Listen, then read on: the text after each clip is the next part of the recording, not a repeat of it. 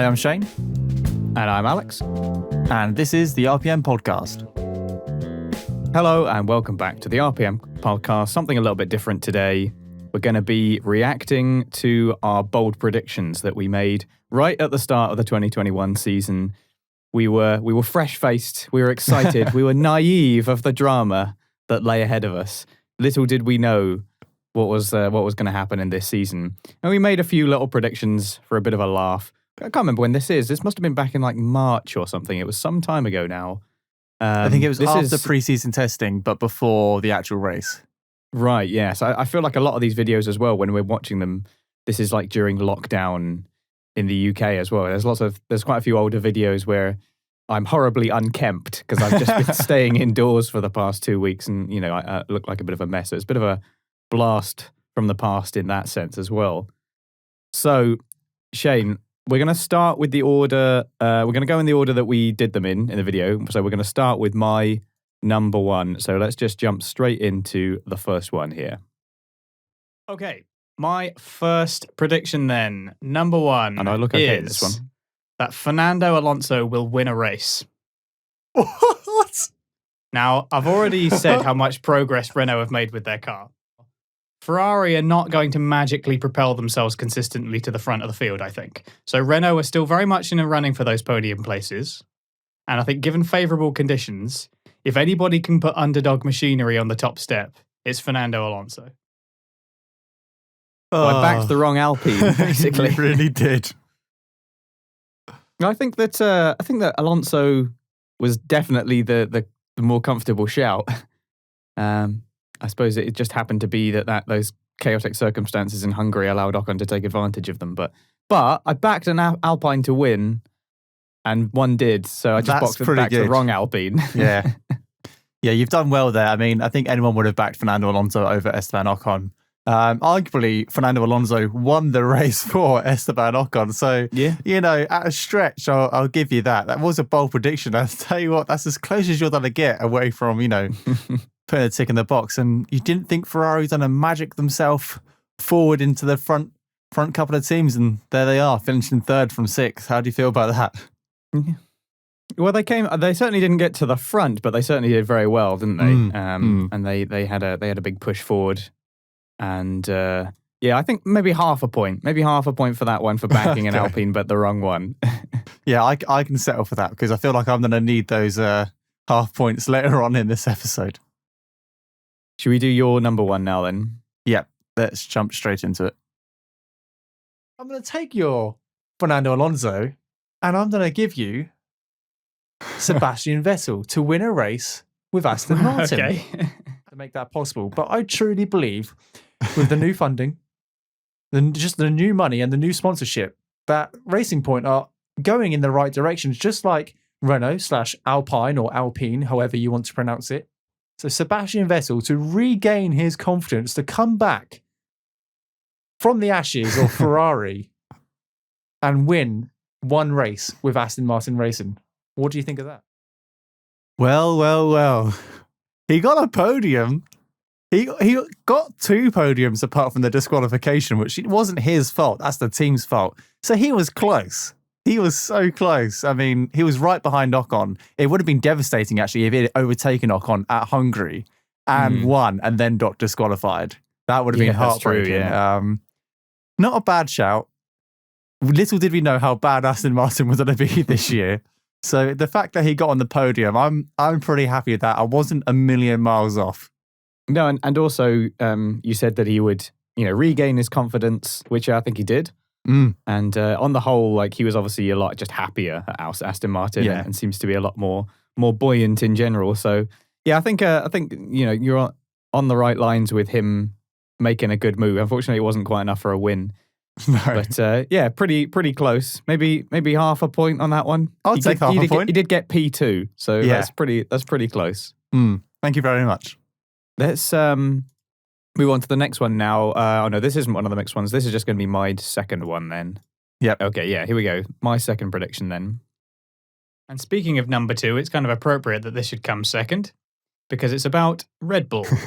Ooh. And my number 2 is that both Red Bull drivers will finish above Bottas in the Drivers' Championship. And let's face it, it will take nothing short of a colossal upset to stop them from taking the Constructors' Trophy, courtesy of pretty much Lewis Hamilton alone. When I think about Sergio, he must be so hungry for big results, having spent Absolutely pretty much his entire career in the midfield, and now finding himself in potentially race-winning machinery. Now, as for Bottas, as has been pointed out before, he's got as many wins in 4 seasons as Hamilton's teammate as Rosberg got in 2016 I think he alone. still does, doesn't he? And I'm sorry to that's say, an awful stat. I know it's not a great look. And I think it says, and that's not just sort of ragging on Bottas. I think that says as much about Hamilton as anything, because the guy is just terrifyingly consistent. Now, I'm sorry to say that there's just no reason to think that he'll suddenly take it to Lewis any more than he's been able to before. Okay. Well, Bottas obviously did find just enough consistency, or maybe Perez was sort of weaker overall over the course of the season that he was able to hold on to that. It did look like it was going to happen in places, didn't it? But it wasn't quite the case. I did say that it would take a massive upset to make Mercedes lose the Constructors' Championship, courtesy of pretty much Lewis Hamilton alone, which obviously turned out to be the case. It's a shame that Perez DNF'd the last 2 races, because there wasn't a large amount of points in it between Bottas and Perez. So maybe if he had finished those last 2 races, he might have closed the gap even more. Potentially, you might have potentially got a point, but it wasn't to be. Yeah, not quite enough for that one. And I think I really expected Perez to be a little bit more exceptional at times. I didn't necessarily expect sort of Verstappen-style exceptional consistency throughout the whole season, but I really expected Perez to be a lot more hungrier than he obviously was. And especially in the first part of the season, it really felt like he was struggling quite a bit. And maybe it's just the way that car drives. But yeah, when you look at his actual record across the whole season, it's fairly uninspiring when you consider the quality of the car that he's got. So I think I went into it and I was like, Perez has got so much experience and this car is really good. He's clearly going to be way better than Albon and Gasly were, just for experience and maybe being able to handle the pressure, because when you've done it for that many years, you're just going to be able to deal with it, which I think that he did, but maybe, I don't know, just struggle with the car, all sorts of things. So it wasn't quite to be. It did look like it might be at one point, but it wasn't in the end. Not going to get any points for that one. No, I think we're both on half a point. Yeah. But obviously this is now your second one, isn't it? Yeah. This is a very short one. So my second prediction is Max Verstappen to finish P2 in the Drivers' Championship. Well, not getting any points for that one, am I? You were pretty confident that Hamilton was going to take the driver's title. I mean, can you blame me? Like, look at the track record of the Mercedes, look at Hamilton's record.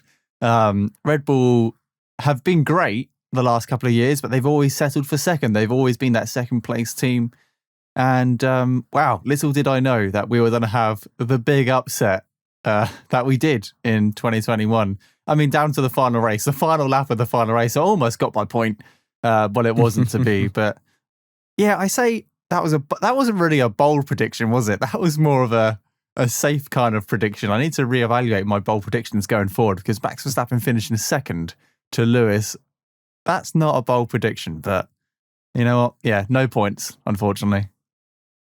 I guess it shows just how much of an upset it really is. It is a changing of the status quo. And I think that just makes things better going into the new season, really. Defending champion. And yeah, I think it's throwing a bit of an upset in the works, and that's good. That's good for the sport overall.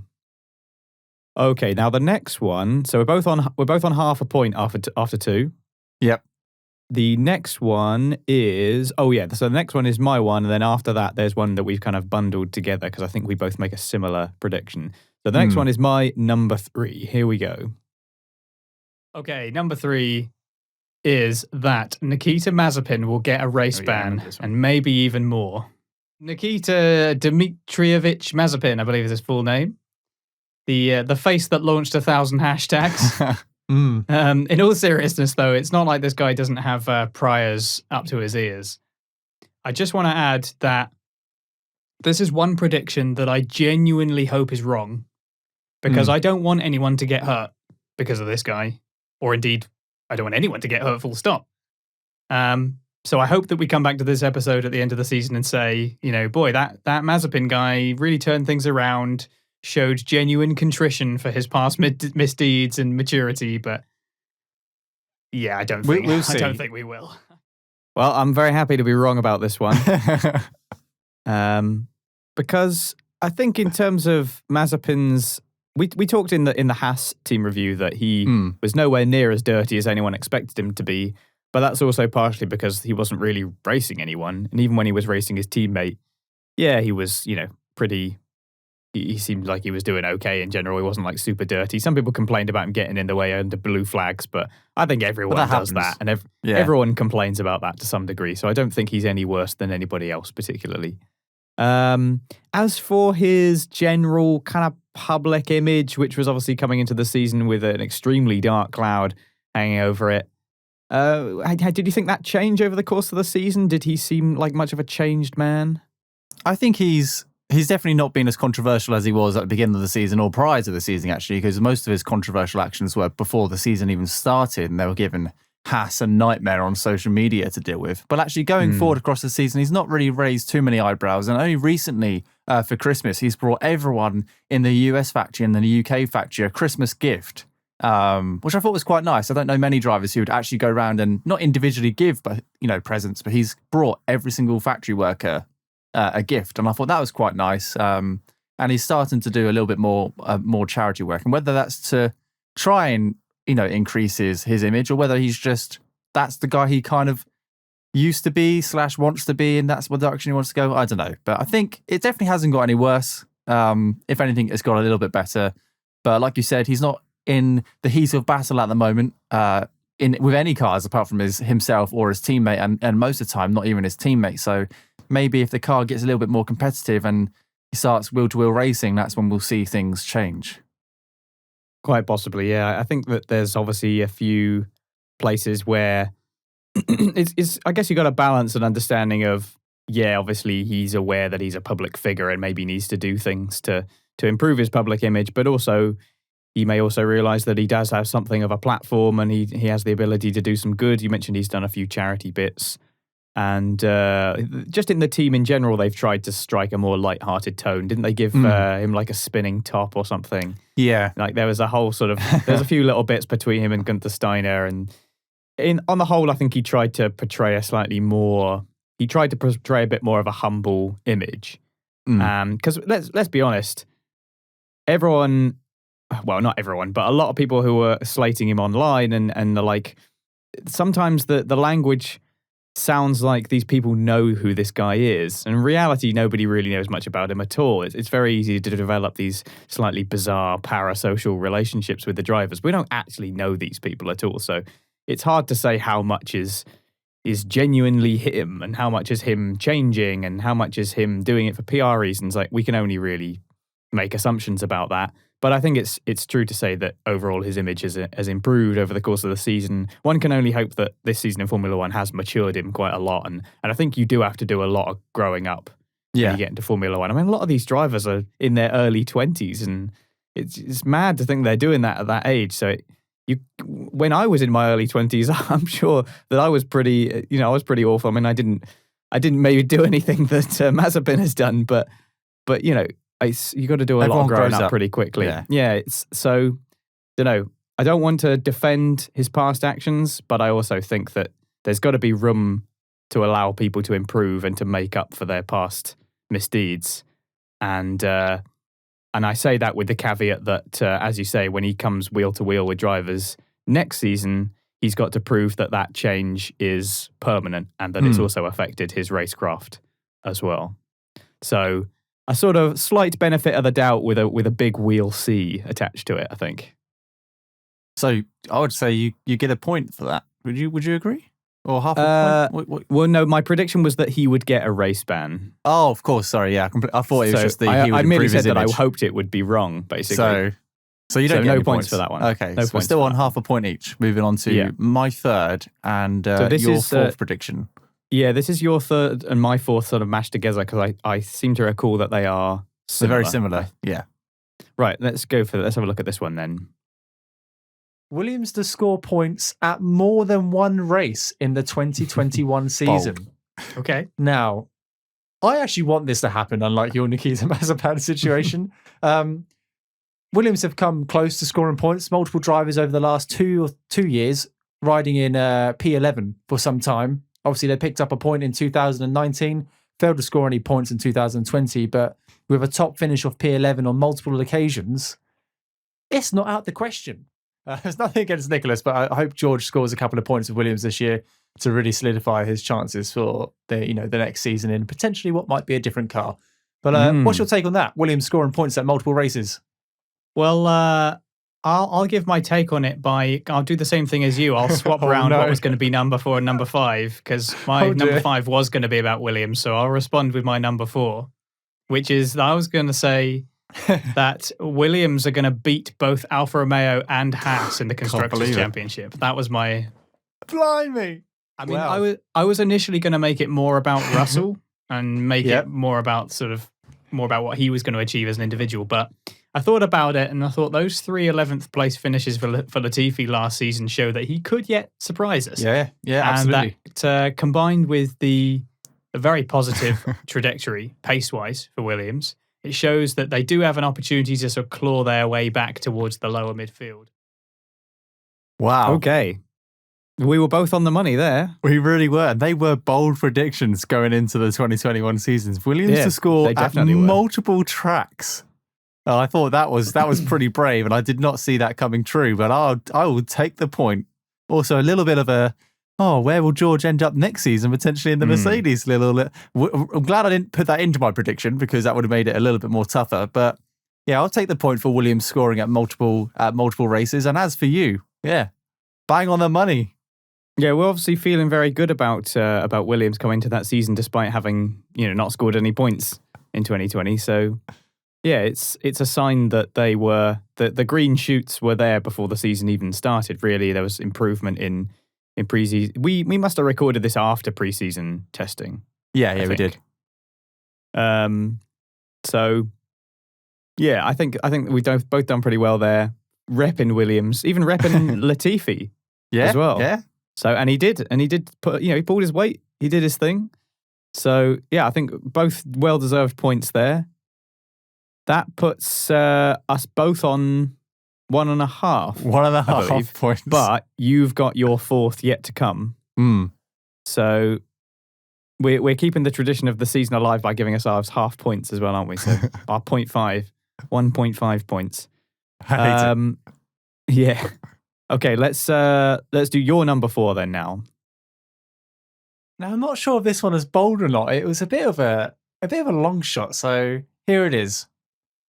Bottas to announce retirement from F1 altogether and to be replaced by George Russell for the 2022 season. Oh, dear. I think Bottas will leave Formula One altogether instead of taking a step down into a lower tier team, what I will presume will be a lower tier team on the 2021 season. I would not want to assume that Mercedes is going to be godlike again.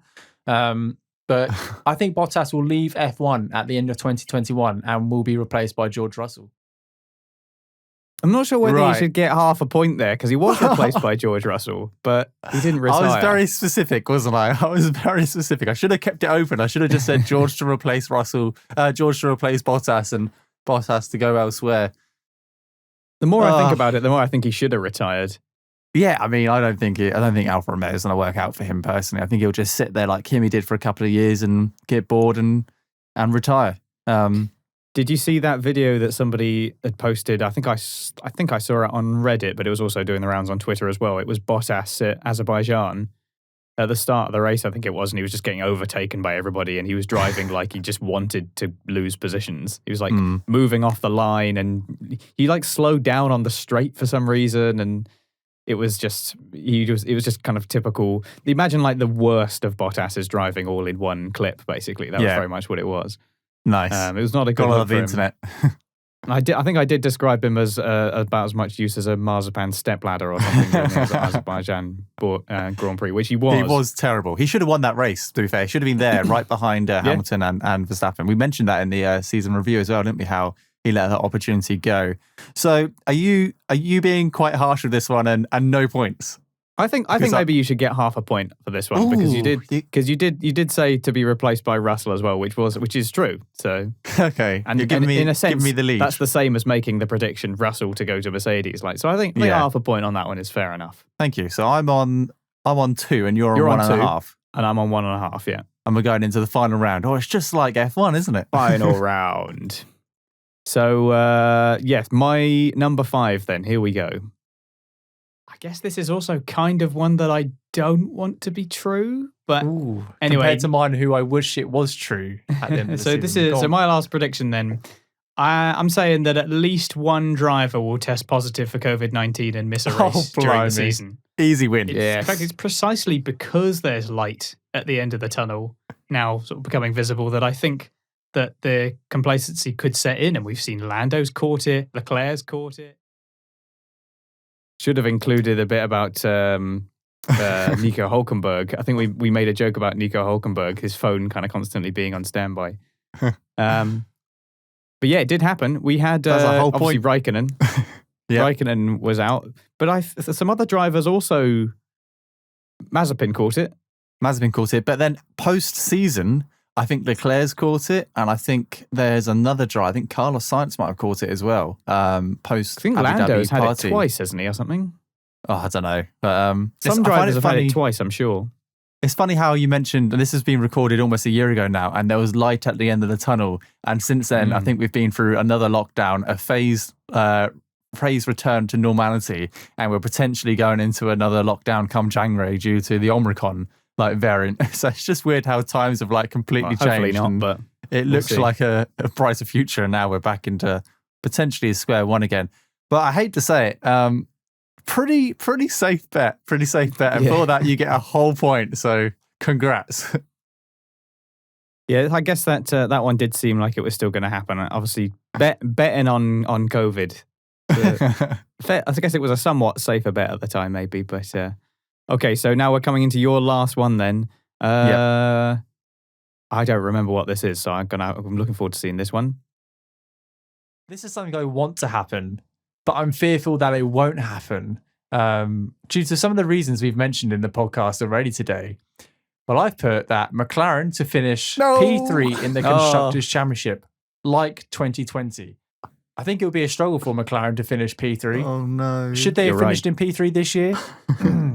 Yes, I'm glad they did, but it was lucky that Racing Point got that 15-point penalty because they would have finished in P4. So that's why I think P3 is a huge achievement and is a bold prediction for 2021.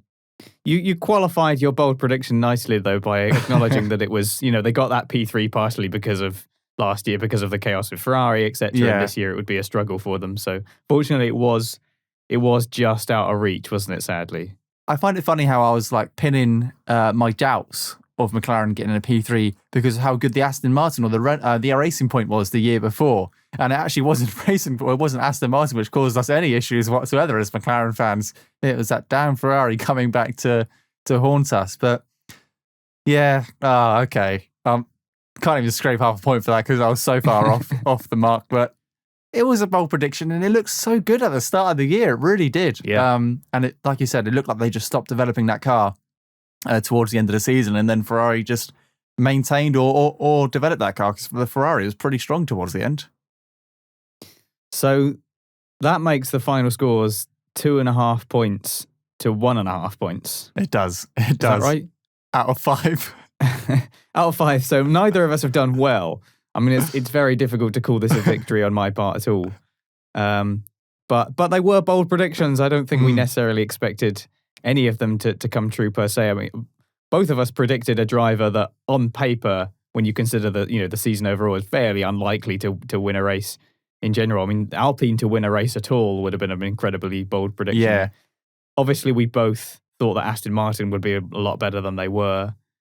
And both of us, we were both very optimistic about Williams. And we were both not optimistic about Bottas. Yeah. What a shame. And there we have it. That was our 2021 bold prediction reaction video /podcast. I'm glad we did this. I was a little bit I was a little bit cautious going into this video, thinking I might have been really quite far off the mark, and I was far off the mark, but I wasn't as far off as I thought I might be at the beginning of the season. It just goes to show that after preseason testing, you think you know where the season's going to go, and I'm happy to say we were both so far off the pace. Like, it was, what a season we've had. Those predictions were relatively bold considering the season we've just had, and I think we should definitely do that again going into the 2022 season with obviously the new regulation changes as well. So they will be anyone's game. You know, Ferrari could win the championship. That might be a bold prediction. You never know. But I'm sure we'll do that either before or after preseason testing. Probably after. I think we should do it after, so then we have like an idea of. We have a little bit of an idea of where it's going. But I really enjoyed that. I hope you guys did as well. Send us your thoughts or questions to us at RacePerMinute on Twitter, and you can get in touch with us at RacePerMinute.com. And if you're watching on YouTube, please pop your comments down below. Let us know if you had any bold predictions or what you thought of our bold predictions. If you can tell Alex that he was wildly off the pace with Alonso winning a race, but you know what? He actually wasn't. He wasn't too far. I was probably more off the pace with Vettel winning a race. He did, and yeah, so did Vettel. To be fair. If you've enjoyed this episode, then give us a rating or a like. And if you really like what we do, then please consider subscribing for more wherever you get Race Per Minute. If you want to support the show, you can do by donating as little as £1 a month at patreon.com/RacePerMinute. And that just helps keep the quality content coming. We set ourselves like a Patreon goal of about £25 a month, and that covers the cost for the podcast, the hosting, and various bits and bobs for the whole year. And once we tick that box, it would be great. But regardless, we'll keep on pushing out the content because we love what we're doing. Alex, is this it? Is this it for 2021? I think this has got to be the last episode. Well, the thing is, when this episode comes out, I think it might be 2022. In the new year. Yeah. I think it will probably be like the 2nd or 3rd of January when this comes out. But as we're recording it, it is still just about 2021. I think this is definitely the last one we're probably going to record this year. Because the next thing we're going to do, I guess the next thing is probably going to be liveries. I guess it might be liveries and launches, won't it? That's the one, yeah. Because that'll be what comes next. Unless there's any breaking news like coming between now and February, which is usually when the liveries get launched. I can't wait to see the liveries because they're brand new cars, and wonder how much teams will be giving away going into like when they showcase their cars, etc. Also, one more thing just before we go. We did mention it on social media, but just wanted to say a really big thank you to everyone that's been listening to the podcast because we recently hit 2,000 downloads, as we saw on Podbean, which is amazing, really. You know, just that anybody is downloading this is great. You know, we're very grateful for every listener, and thanks for letting us hit that milestone. And we'll see if we can get 3,000 by the end of next year. That would be great. And yeah, so we just got more to come, but I think there might be a little sort of quieter period unless some big news comes out because, you know, Shane and I, we really like to deal with what is actually there in front of us. This bold predictions thing is probably the most speculative thing that we do and probably the only real speculative thing that we do. So we don't really like to do what if this or what if that too much because, I don't know, it's a bit of fun, but also we're just guessing. You know, anybody can do that. So maybe a little quiet period, and we'll hopefully see you again soon. You can always go back through the other episodes and listen to the other things that we said at the start of the season. But otherwise, we hope that you'll join us again in the new year, and wishing you all the best for 2022. We'll see you next year.